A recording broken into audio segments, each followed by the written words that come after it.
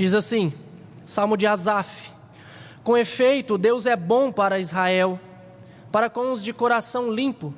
Quanto a mim, porém, quase me resvalaram os pés. Pouco faltou para que se desviassem os meus passos, pois eu invejava os arrogantes ao ver a prosperidade dos perversos. Para eles não há preocupações e o seu corpo é sadio e nédio.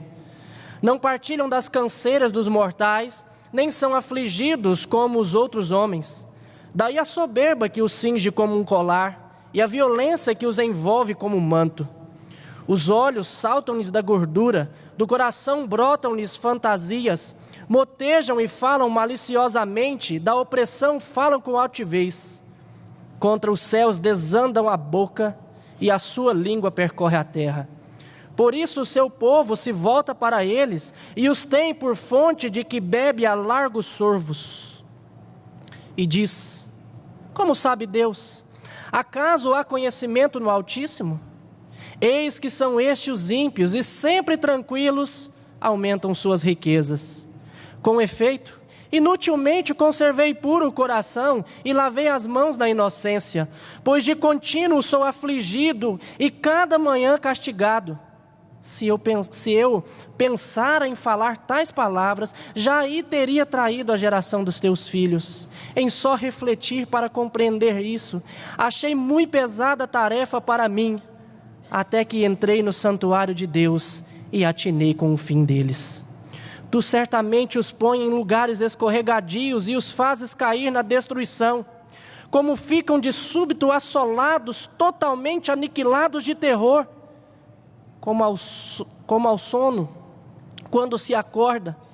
Assim, ó Senhor, ao despertares, desprezarás a imagem deles. Quando o coração se me amargou e as entranhas se me comoveram, eu estava embrutecido e ignorante, era como um animal irracional à sua presença. Todavia, estou sempre contigo. Tu me seguras pela mão direita. Tu me guias com o teu conselho e depois me recebes na glória. Quem mais tenho eu no céu? Não há outro em quem me compraza na terra. Ainda que a minha carne e o meu coração desfaleçam, Deus é a fortaleza do meu coração e a minha herança para sempre. Os que se afastam de ti, eis que perecem. Tu destróis todos os que são infiéis para contigo. Quanto a mim, bom é estar junto a Deus. No Senhor Deus ponho o meu refúgio para proclamar todos os seus feitos. Salvo por um triz. Esse é um salmo que fala do problema quando nós olhamos para os ímpios e vemos a prosperidade dele. Dois salmos bem parecidos falam disso na Escritura, o Salmo 37 e o 73. Se você quiser gravar os dois salmos, é um para frente e o outro para trás. 3:7 e o outro 7:3, é esse que nós estamos aqui. E fala exatamente deste problema em que os ímpios, eles sempre prosperam. Mas isso não altera o que Deus é. Quando o salmista começa este salmo, ele diz, sem nenhuma dúvida, com efeito, não há dúvida de que Deus é bom para Israel, para com os de coração limpo. Essa era a certeza que ele tinha antes e depois que as dúvidas começaram. E essas dúvidas começaram, o salmista nos mostra que ele foi salvo por um triz de um mal que todos nós sofremos. As dúvidas que vêm ao nosso coração a respeito da bondade de Deus, da fidelidade de Deus, do cuidado que Deus tem para com cada um de nós. E esse mal, o mal de Asaf, ele começa quando ele fixa os seus olhos nos ímpios. Deus é bom, não há dúvida disso. Mas por um momento ele começou a duvidar disso. E ele começou a duvidar disso quando ele fixa esses olhos então nesses ímpios. Ele diz, olha, quanto a mim quase me resvalaram por um triz, faltou um pouquinho para eu não desviar dos caminhos do Senhor e deixar os caminhos do Senhor e seguir nos caminhos dos ímpios. E isso aconteceu porque eu os invejava. Eu olhava para eles e desejava tudo aquilo que eles tinham, ao ver que eles prosperavam. É isso que o salmista diz. E isso é um mal que todos nós estamos propensos a olhar para os arrogantes, a olhar para os ímpios, a olhar para a prosperidade, a olhar para aquilo que agrada o nosso coração corrupto, que são bens, riquezas, poder, fama e um monte de outras coisas. E isso agrada mesmo a todos nós. E o salmista então ele fala exatamente que ele olhou para eles e por isso quase se desviou dos caminhos do Senhor. Ele sentiu inveja desses ímpios. O Salmo 37 também adverte quanto a olhar para os ímpios. Quando nós olhamos vários provérbios, por exemplo, capítulo 23 de Provérbios, versículo 6 diz: não comas o pão do invejoso, nem cobices os seus delicados manjares. Versículo 17 diz: não tenha o teu coração inveja dos pecadores, antes no temor do Senhor perseverarás todos os dias. Capítulo 24, versículo 1 de Provérbios diz: não tenhas invejas do homem maligno, nem queiras estar com eles, porque o seu coração maquinam violência e os seus lábios falam para o mal. E o versículo 19 diz: não te aflijas por causa dos malfeitores, nem tenhas invejas do perverso, porque o maligno não terá bom futuro, e a lâmpada dos perversos se apagará. Meus irmãos, não é à toa que a Escritura nos orienta em vários lugares, em vários textos, para nós não termos invejas dos ímpios. Não é à toa porque a vida deles nos invejam mesmo. O salmista, aqui no versículo 4 em diante, ele começa a falar como são esses ímpios, como é a vida deles. E aos olhos humanos, eles têm uma vida invejável. Eles são sadios, o versículo 4 diz. Você vê eles praticando toda sorte de impiedade, e nada acontece com ele. Nada acontece com eles.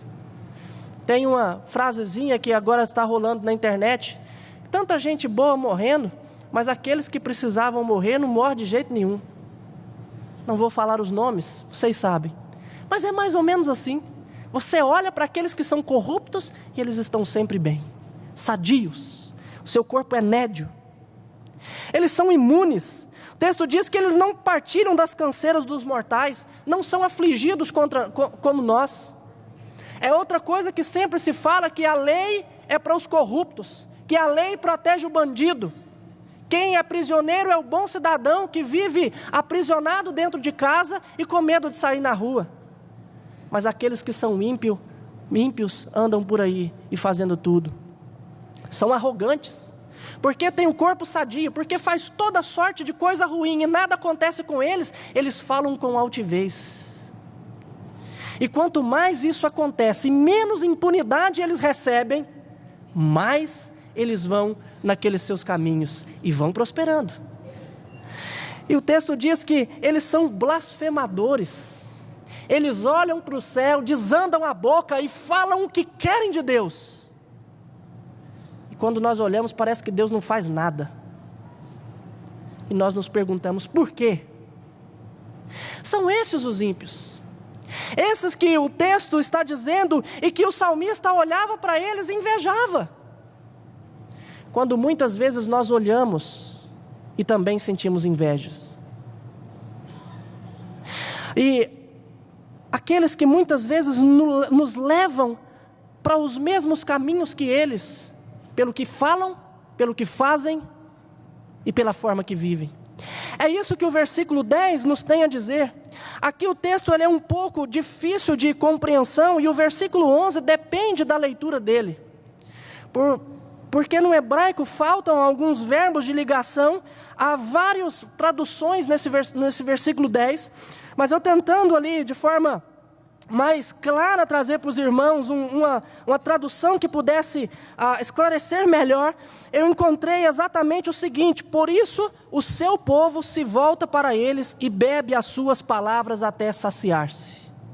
O que o versículo 10 está querendo dizer é que essas pessoas, eles vivem dessa maneira e falam todas essas coisas, que de repente o povo de Deus, as pessoas olham para eles e começam a dar atenção para suas palavras e vão bebendo até saciar aquilo que eles falam. E eles dizem o seguinte: como sabe Deus?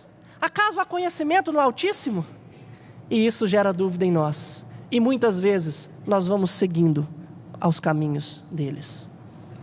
Eu olho para trás e lembro de quantas pessoas que estavam comigo na adolescência na igreja, que se desviaram dos caminhos do Senhor. Quantas pessoas, quantos amigos eu tinha na igreja e que hoje estão fora delas. Um caminho que eu cheguei a percorrer por um determinado tempo, porque dava ouvido, porque eu olhava e falava: Senhor, peraí, eu luto o tempo inteiro contra o pecado, o tempo inteiro tentando ser certo. Eu já li a Bíblia toda, Senhor, eu dizia isso aos meus 14 anos. E procuro nos textos, mas as pessoas vivem aí, fazem o que querem, não acontece nada, eu também vou viver assim. E tentei trilhar alguns caminhos. E você, adolescente, talvez você pode fazer a mesma coisa, olhando para aqueles que estão lá na escola do seu lado, e não estão nem aí para Deus, e tem tudo o que quer, e vive uma vida boa. Você, jovem, ao ingressar na faculdade, também pode olhar para a impiedade daquelas pessoas, e desejar, porque aquilo é agradável aos nossos olhos.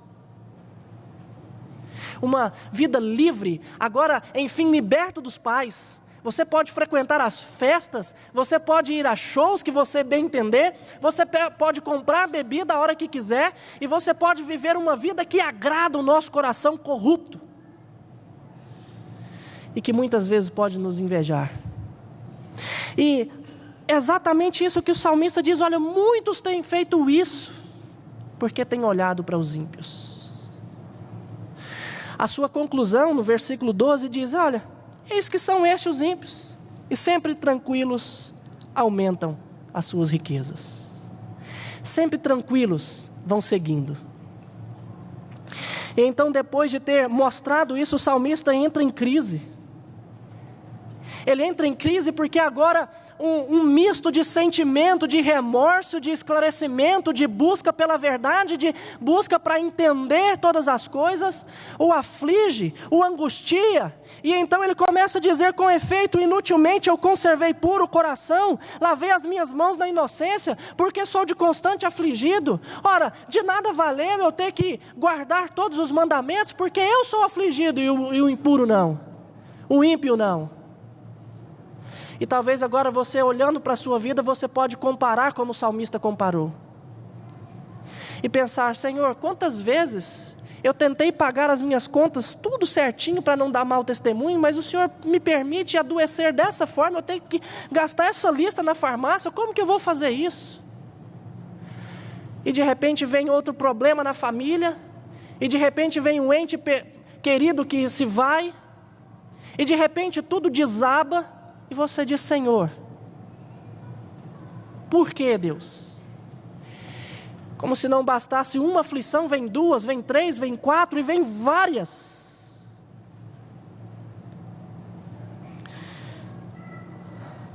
E o salmista, ele diz: olha, pois de contínuo sou afligido. O ímpio não, mas eu de contínuo. E isso gera crise em nós. E nós vemos nesses versículos a crise vivida pelo salmista, porque ele pensa: é inútil eu viver assim. E ao mesmo tempo que ele pensa assim, ele se vê em meio a um outro sentimento de que se eu pensar nisso, se eu pensasse em falar a respeito disso, se eu proclamasse isso no meio do povo, eu já teria traído. Ou seja, eu penso assim, eu sinto que foi inútil, mas ao mesmo tempo vem algo que me massacra, algo que me angustia, de que eu estou errado. E aqui no versículo 16, ele então busca pela verdade, em só refletir para compreender isso. Achei muito pesada a tarefa para mim. Senhor, eu quero entender, me ajuda, me traz ao entendimento, me traga algo que esclareça para mim por que isso acontece, por que eu tenho tantos sofrimentos e o ímpio não. Por que, Senhor? E ele tenta então a entender todas essas coisas. E de fato, meus irmãos, tem hora que nós não conseguimos explicar por que nós passamos por muitos problemas. Nós só temos que lembrar dos textos que nós lemos, por exemplo, na liturgia, de que todas as coisas cooperam para o bem daqueles que amam a Deus. Mas como? Como que um câncer pode cooperar para o meu bem? Como que um atropelamento, quando eu estava vindo para a igreja, ou deixando os filhos próximo à igreja, na igreja, pode cooperar para o meu bem? Como? E muitas vezes nós ficamos assim sem entender. Mas o salmista, no Salmo 119, versículo 71, ele diz que foi bom ter passado por aflição, para aprender os decretos de Deus. Ele diz que aqueles que não passam por aflição, têm o seu coração endurecido, e nunca é trabalhado por Deus, nunca é moldado. O ímpio, quanto mais ele prospera, mais ele se joga a falar contra Deus, mais ele se ensoberbece. E isso está exatamente de acordo com o pensamento de Paulo. Paulo que clamou ao Senhor 3 vezes para que retirasse dele o que ele chama de um espinho na carne. E Paulo diz que para que ele não se ensoberbecesse, o Senhor não retirou. E disse: Paulo, eu vou deixar aí, para você entender que a minha graça te basta. E Paulo então entende que ele tem alegria nas tristezas, nas fraquezas, porque aí sim ele sente o poder de Deus. Em 2 Coríntios, capítulo 1, versículo 4, Paulo diz que, olha, Ele é quem nos conforta em toda a nossa tribulação, para podermos consolar os que estiverem em qualquer angústia, com a consolação com que nós mesmos somos contemplados por Deus. Deus nos permite passar por aflições, Ele nos consola e nos capacita a consolar os outros com aquilo que Ele deu a nós. Meus irmãos, nós não saberíamos quão Deus é bom e como Ele é fonte de consolo se nós não passássemos por aflição. Mas o Senhor nos permite passar por elas, mas Ele mesmo nos consola, Ele mesmo está conosco. Às vezes nós falamos que nós estamos passando um deserto na nossa vida, como estamos passando por aflição. Mas é interessante como que nós vemos o quanto Deus prepara as pessoas no deserto. Foi lá que Ele preparou Moisés. Quando Elias ficou todo angustiado, porque Jezabel queria matá-lo, jurou matá-lo, como ele matou todos os profetas de Baal. Ele fugiu para o deserto e o Senhor o levou jornada de 40 dias e 40 noites, e ele chegou em uma caverna, ele entrou lá e Deus disse: sai daí, Elias. E foi ali no deserto que Deus mostrou para ele que havia um remanescente fiel, e Deus tinha preparado homens fiéis e que ele ia vencer. Quando nós vemos lá em Apocalipse, quando Deus protege a mulher, que Ele fala em Apocalipse capítulo 12, ela é levada para o deserto para que Ele a proteja. O deserto é mais do que um lugar de dificuldades, mas é um lugar onde nós experimentamos a providência de Deus, onde nós vemos que nós não temos força nenhuma, mas o Deus que nós servimos tem. E é somente aquele que passa por aflição, somente aquele que passa por essas angústias, mas encontra isso em Deus, é que sabe valorizar o Deus que ele serve. E é por isso que Deus permite muitas vezes que nós passemos por isso. Mas o salmista então, ele chega aqui, buscando entender. Ele nos diz que ele só pôde compreender todas essas coisas quando em um momento ele entra na presença de Deus, como ele diz: até que entrei no santuário de Deus e atinei com o fim deles. É como se de repente caísse dos seus olhos as escamas e ele pudesse então perceber e entender o que aconteceu com ele. Lembra da conversão de Paulo? Quando Paulo ia para a caminhada em Damasco, e ali o Senhor aparece para ele, ele fica cego, e o Senhor diz: vai até a cidade, lá vai ter um homem chamado Ananias, e Ananias impõe as mãos sobre ele, e diz que ele fez aquilo porque o Senhor ordenou para que ele ficasse cheio do Espírito. E quando Ananias termina de impor as mãos sobre ele, Paulo, caiu dos seus olhos como que escamas, e ele voltou a ver. E é por isso que ele mesmo escreve em 1 Coríntios capítulo 2, versículo 9, que nem olhos viram, nem ouvidos ouviram, nem se penetrou em coração humano aquilo que Deus tem preparado para aqueles que o amam. Porque Deus revela isso através do Espírito Santo para todo aquele que nele crê, para todo aquele que ele chama.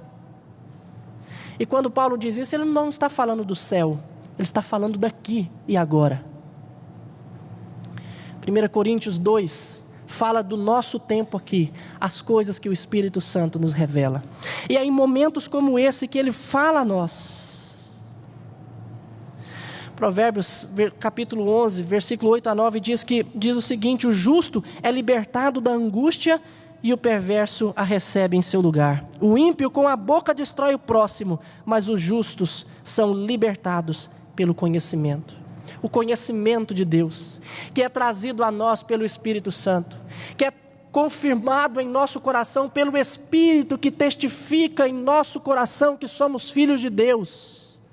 Mas quando nós confiamos na dependência dEle e buscamos isso dEle. E é isso que ele diz, que ao se deparar no santuário, então ele pôde ver a justiça de Deus. Versículo 18: tu certamente os põe em lugares escorregadios e os fazes cair na destruição. Salmo 40, Davi diz que quando ele clamou ao Senhor, o Senhor o tirou de um lugar escorregadio, de um tremedal de lama, e o colocou sobre uma rocha e lhe firmou os passos. Mas aqui o salmista está dizendo que ele pega o ímpio de um lugar firme e o coloca em lugares escorregadios.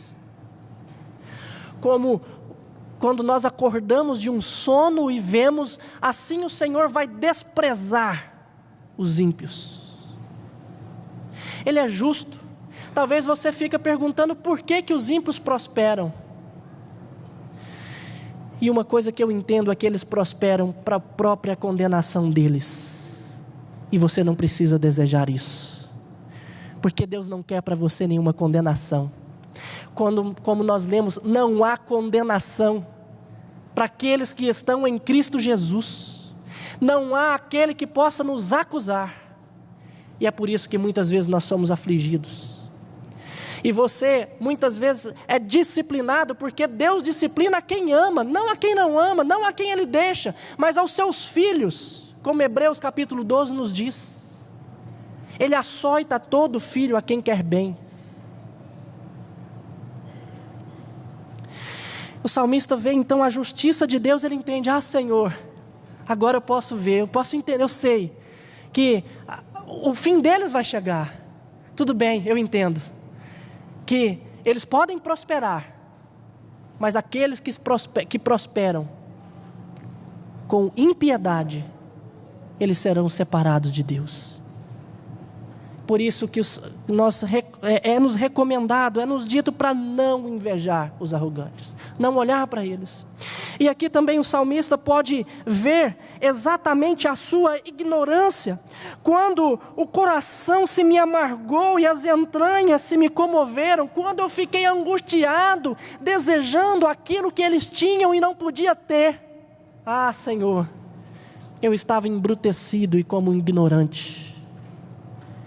E quantas vezes nós somos ignorantes das coisas de Deus, do bem que Deus tem para nós, e desejamos aquilo que é mínimo, aquilo que é pequeno, queremos ser aquilo que nós não precisamos ser, queremos aquilo que nós não precisamos para ter alegria, mas nós dizemos: eu só vou ficar feliz quando eu tenho aquilo, se o Senhor me der isso. Porque nós somos ignorantes e embrutecidos, como o salmista diz que ele estava. Mas aqui, quando ele atinou na presença de Deus com o fim deles, ele pôde ver que a justiça de Deus, ele pôde ver a sua ignorância, mas ele também pôde ver as bênçãos que Deus derrama a cada um de nós. Todavia, estou sempre contigo, tu me seguras pela mão direita. Lembra da parábola do filho pródigo? Quando o filho mais moço, que tinha gastado tudo que o pai havia lhe dado, volta para casa, E ele é recebido pelo pai, e o pai manda matar um novilho cevado. E o pai faz aquele banquete e o recebe de braços abertos. O irmão mais velho fica sabendo daquilo. Chega ao pai e diz: que isso? Esse aí que vai e joga tudo que o senhor tem, pede a metade dele, gasta tudo e volta. O senhor mata um novilho cevado?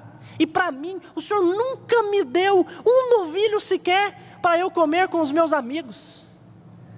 E o pai vira para ele e diz: meu filho, eu estou sempre contigo, tudo que é meu é teu.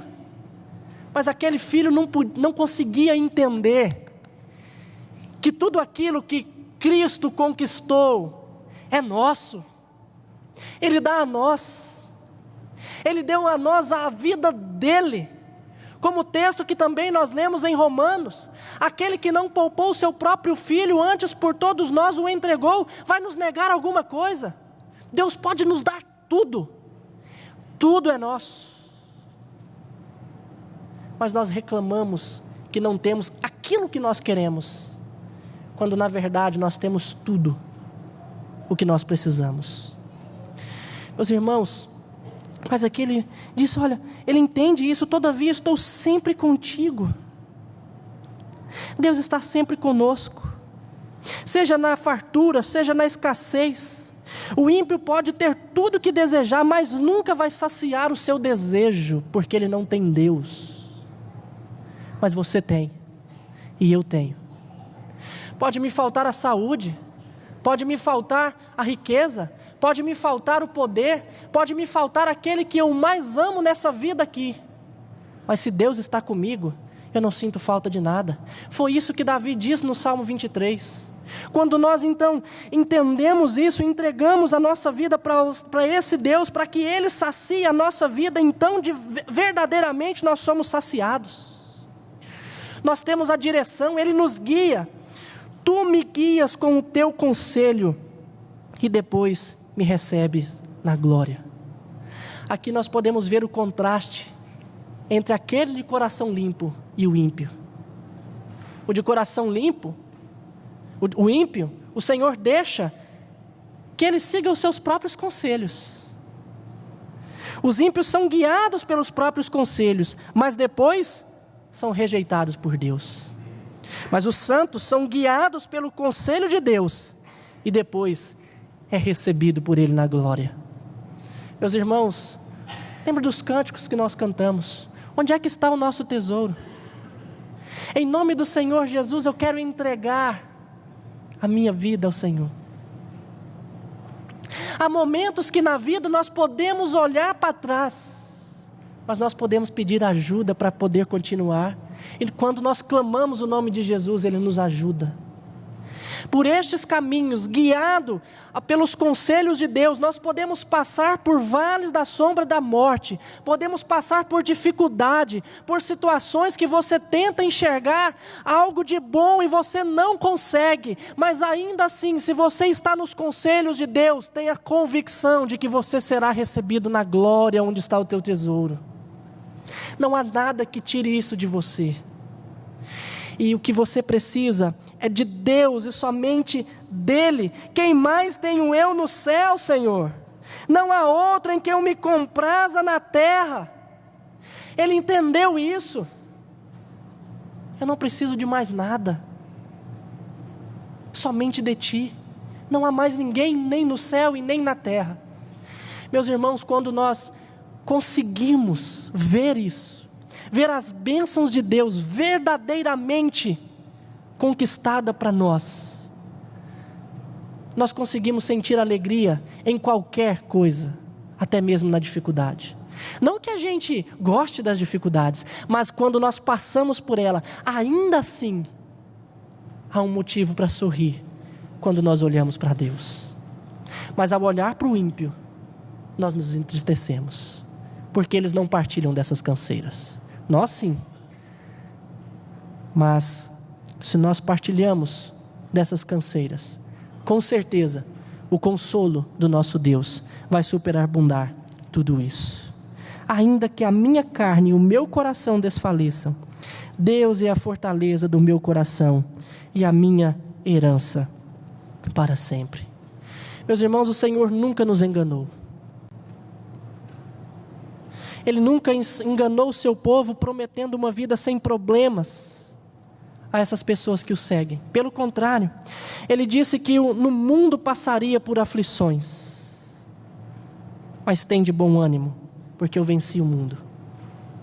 E Ele venceu o mundo para que nós pudéssemos vencer com Ele. Nele somos mais que vencedores. Ele está sempre conosco e Ele é maior do que tudo. Ele é maior do que tudo aquilo que Ele criou. Ele é maior do que a natureza.